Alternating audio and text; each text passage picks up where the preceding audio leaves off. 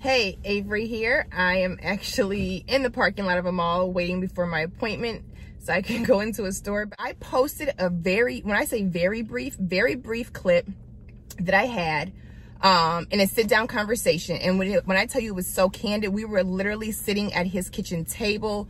His wife was in the kitchen straightening up and moving around, and we're sitting there and we just start talking. I'm telling him about YouTube. I'm telling him about the things that I have seen from people in the conversations and the division amongst men and women. And then we're talking about relationships and marriage and all of that. So I posted like a 40-second clip. When I say brief, I have probably like over an hour and a half of straight audio because we were sitting there and I was like, do you mind if I turn my phone on? So you will hear some background noises and everything like that. That's how it was straight talk. Okay.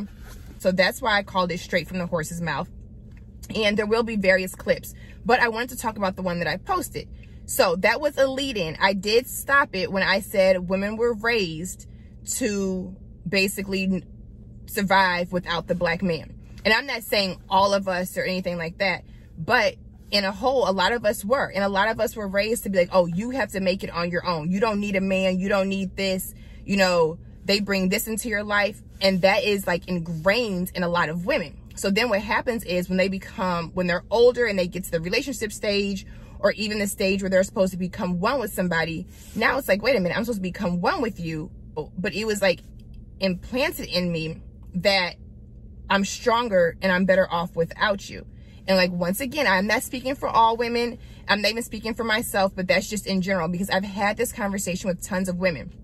And yes, even though we bring this up, but you'd be surprised how many women do not see it from that point of view. Because yeah, you're not growing up and somebody's blatantly like, go against the black man, but it's little things that are said in ways, you know, and how you're raised. And that's what you think. You think that we are stronger apart. You know what I'm saying? We are better off separate. And that is not true. We are all taught, a lot of us, even the black man, taught how to survive independently. And it's not. Of course, you can make it on your own and you should be able to make it on your own. But like the Bible says, strength in numbers, you guys. There is strength in numbers. If you want to go fast, go alone. If you want to go far, go together. But back to that, the point was we started to lead into a conversation. And I brought up the fact that I never realized that so many men felt unappreciated really until I got on YouTube and I started to hear you all speak out and I started to watch other videos. And I'm like, what? That is crazy. So that's where it was going because I'm like, some women can't even identify why they do not appreciate the black man. Well, that is not an excuse because you need to learn how to.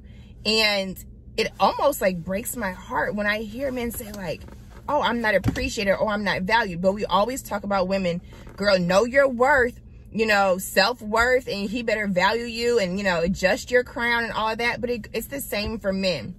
And when I tell you, I know more amazing men than I do, no good men or whatever, but like amazing men, amazing fathers, and just stand-up guys. And it, you know, whether they are truck drivers, firemen, police officers, you know, attorneys, doctors, people in the financial industry, athletes, whatever, but just some really, really amazing guys. And I know a lot of men who do not feel appreciated. So ladies, men need to be appreciated and valued and all of that just as much as we do, because what we want from them is hard for them to give when they're not getting it. You guys, it's the same cycle. He doesn't appreciate me. He doesn't know my worth. He doesn't say this. He's not like, babe, you know, thank you for doing this. But guess what? He's going to run empty. He can't pour from an empty cup, just like we can't pour from an empty cup. So if we want that from them, but we're not pouring into them and speaking life into them, then we have empty vessels and we have people just tugging at each other, but both people are saying the same thing and both people want the same. But one thing I will tell you, baby, when you speak life into a man, that is a superpower. Just like I made that, so, you know, that video on submission or whatever. But when you speak life into a man, because a lot of men, they don't want all the stuff that we want. They just want to know that they are appreciated. They want to make sure that everything they are doing is not in vain and that it's like, babe, I see you. I see the hard work. I see the sacrifice. You know, I see the long hours and the long nights or whatever. I see it and I appreciate it. And you are everything to me. But anyway, I'm going to stop because I had to go into the store. But this was just like you know, a little recap and just to explain what's coming. I will post more audio, and the audio will be a lot longer.